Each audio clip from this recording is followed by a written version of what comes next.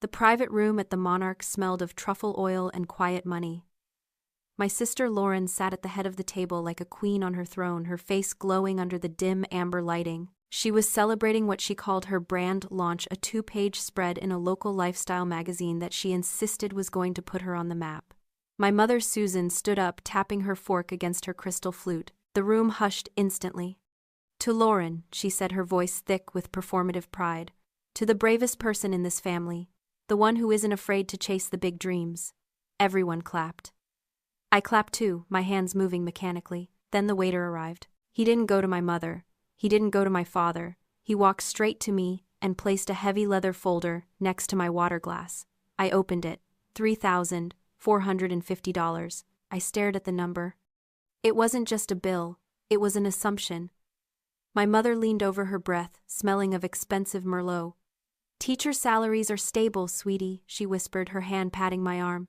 "Support your sister. It's the least you can do." I looked at her hand on my arm. Then I looked at the folder. I didn't say a word. I just closed it, placed my fingertips on the leather, and slid it back across the table until it hit the stem of her wine glass with a sharp clink. Before I tell you what I did next, I want to know, drop a comment and tell me where you're listening from and what time it is for you right now. I'd love to see who's part of our community tonight. The silence in the restaurant was instant and total. It wasn't the polite hush of a pause in conversation. It was the suffocating vacuum that follows a gunshot. My mother stared at the folder resting against her wineglass, her face frozen in a rictus of shock. Lauren's mouth hung open, her eyes darting around the room to see who was watching. The guests, minor investors, a few local bloggers, friends of friends, shifted in their seats, their eyes wide. I stood up. My legs felt strangely light, like they weren't quite attached to the floor. I looked at Lauren, then at my mother. "I think the brand should pay for the launch," I said. My voice was calm, steady, loud enough to carry to the back of the room. I didn't wait for a response. I turned and walked toward the exit. Behind me I heard the scrape of a chair, and my mother's hissed whisper, "Madison, sit down." I kept walking. I walked past the host, stand past the coat check, and out the heavy oak doors into the cold night air. The wind hit my face sharp and biting, and for the first time all evening I took a full breath. My fiancé Jacob was right behind me. He didn't say a word.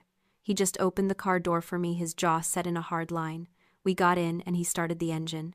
The drive home was silent, the only sound the hum of the tires on the pavement and the rhythmic thrum of my own pulse in my ears. I stared out the window at the passing streetlights, waiting for the guilt to hit. I waited for the familiar wave of panic, the urge to apologize, the desperate need to fix whatever mess I had just made. But it didn't come. Instead, there was a strange, cold clarity.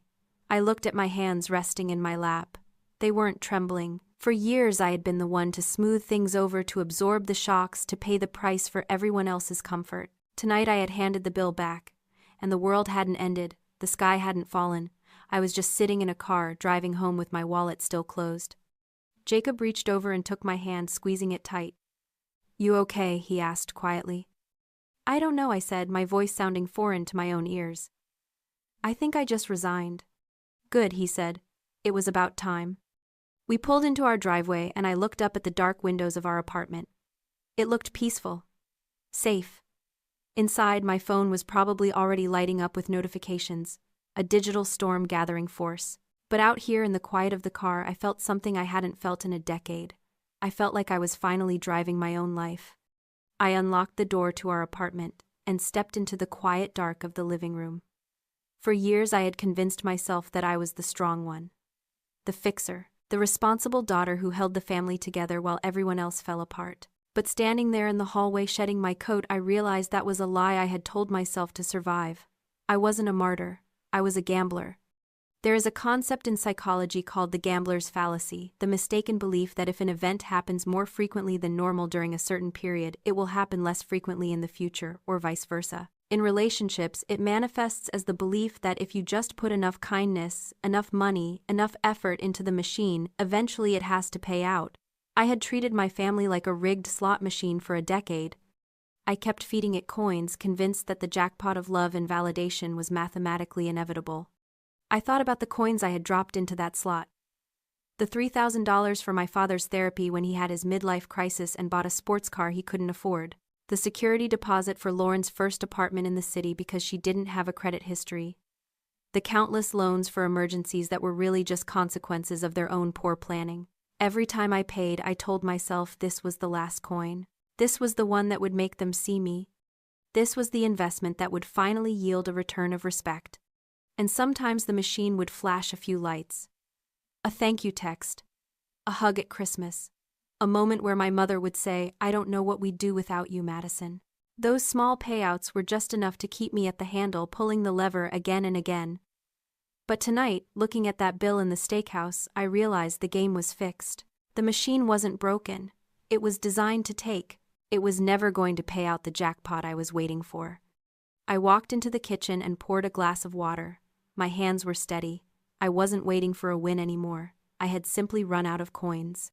I walked into the bedroom, the silence of the apartment feeling heavy and charged. My phone was on the nightstand face down. Even from across the room, I could hear it vibrating against the wood. It wasn't a gentle buzz. It was a frantic, angry rattle. I stared at it for a moment, the screen lighting up the dark room with spasmodic flashes. I picked it up. The notifications were stacked like bricks. "Lauren, are you insane? You humiliated me in front of investors. Do you have any idea how bad this looks, Dad? Your mother is crying in the car. This is petty, Madison. Even for you." Mom had left a voicemail. I didn't listen to it, but the transcription preview was enough. "I don't know who you think you are, but you need to fix this. Now." I scrolled through the messages, my thumb swiping up, up, up. Not a single one asked why. Not a single one asked if I could afford the bill. Not a single one asked if I was okay. They weren't worried about me. They were worried about the disruption to their supply chain. They were angry because the ATM had eaten their card. It was a barrage, a synchronized assault designed to overwhelm my defenses, to make me retreat into apology and compliance. But as I read the words selfish, dramatic, ruinous, I didn't feel the familiar crush of shame. I felt something colder. I felt like a scientist observing a specimen under a microscope. This wasn't love. It wasn't even family. It was a transaction that had gone sour.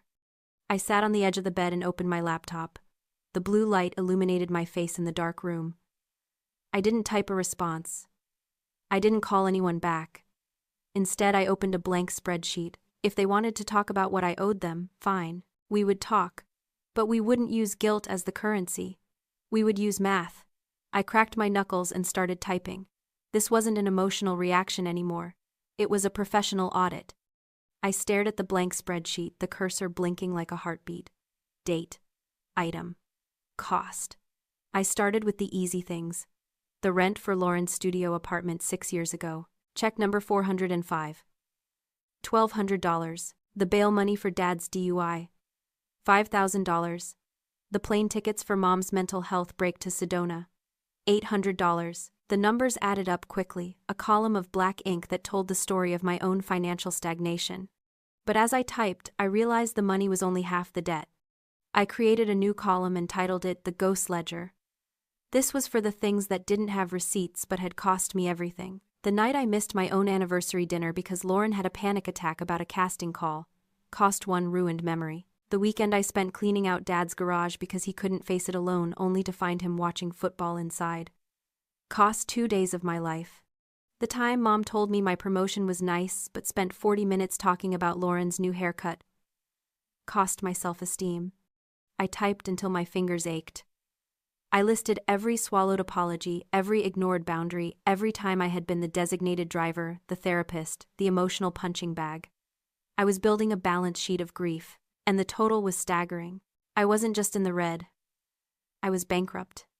Beside me, Jacob was scrolling through his phone. "Hey," he said, his voice tight. "Look at this." He held up his screen. It was the photo he'd taken of the receipt at the restaurant. He zoomed in on the bottom section past the steak and the wine. There in small print was a line item I had missed in my rage. Private room deposit, future event, hold $1,500. I froze. "What is that?" "I don't know," he said. "But it's dated for next month." I grabbed my phone and called the restaurant. It was late, but the manager picked up. I put on my best mother's assistant voice. "Hi, I'm calling to confirm the details for the deposit on the Henderson receipt from tonight. We just want to make sure the date is correct for the anniversary party." The manager tapped on a keyboard. "Yes, ma'am. The Tuscany room is reserved for Susan and David's 30th anniversary celebration on the 15th. The $1,500 deposit secures the space. I hung up. My hand was shaking so hard I almost dropped the phone. The 30th anniversary party. The one Mom had told me was canceled. The one she said they couldn't afford this year. They weren't canceling it. They were booking it. And they were using my money, the money I was supposed to pay for Lauren's dinner, to secure the venue for a party I wasn't even invited to. I looked at Jacob. They didn't ask to come over. They announced it. Sunday afternoon my phone buzzed with a text from my father. We're downstairs. Buzz us up. We need to settle this. I looked at Jacob. He was standing by the kitchen counter, arms crossed, looking ready for a fight. Do you want me to stay? He asked. No, I said. You stay in the bedroom. I need to do this myself. I needed them to see that my strength didn't come from him. It came from me. I buzzed them in. When I opened the door, the hallway seemed to shrink. My father walked in first, filling the space with his heavy, disappointed presence. Mom followed, clutching her purse like a weapon. Lauren brought up the rear, wearing oversized sunglasses indoors, presumably to hide eyes swollen from performative crying. They didn't take off their coats. They didn't say hello. They marched into my living room and claimed the space as if they held the deed. Sit down, my father said. Not a question, a command. I sat in the armchair facing the sofa. I placed the manila folder I had prepared on the coffee table between us. Inside were the spreadsheets, the bank statements, and the blown-up photo of the receipt with the Italy deposit circled in red marker. I rested my hand on top of it. We are going to reset, my mother began, her voice tight and controlled. She sat on the edge of the sofa, her posture rigid. You have lost your way, Madison. Tuesday night was a disgrace. You embarrassed your sister, you disrespected your father, and you made a scene that people are still talking about. I've never been so humiliated, Lauren added, her voice cracking perfectly on cue. My investors were asking if we're financially unstable. Do you know how hard it is to get funding when your own sister implies you're a charity case? We are willing to move past this, Dad interrupted, holding up a hand to silence Lauren. He looked at me with that familiar mix of sternness and pity. We know you've been under stress. Maybe you're jealous of Lauren's success. Maybe you're feeling left behind. We forgive you for that. But you need to apologize. You need to pay the bill you walked out on. And you need to make this right. I looked at them. Really looked at them. For years this tribunal would have terrified me. I would have been crying, begging them to understand, desperate to prove I wasn't the bad guy. But today the fear was gone. In its place was the cold detachment of an auditor staring at a failing company's books. They weren't my family in this moment. They were bad investments trying to secure another round of funding. Are you finished? I asked. My voice was soft, flat.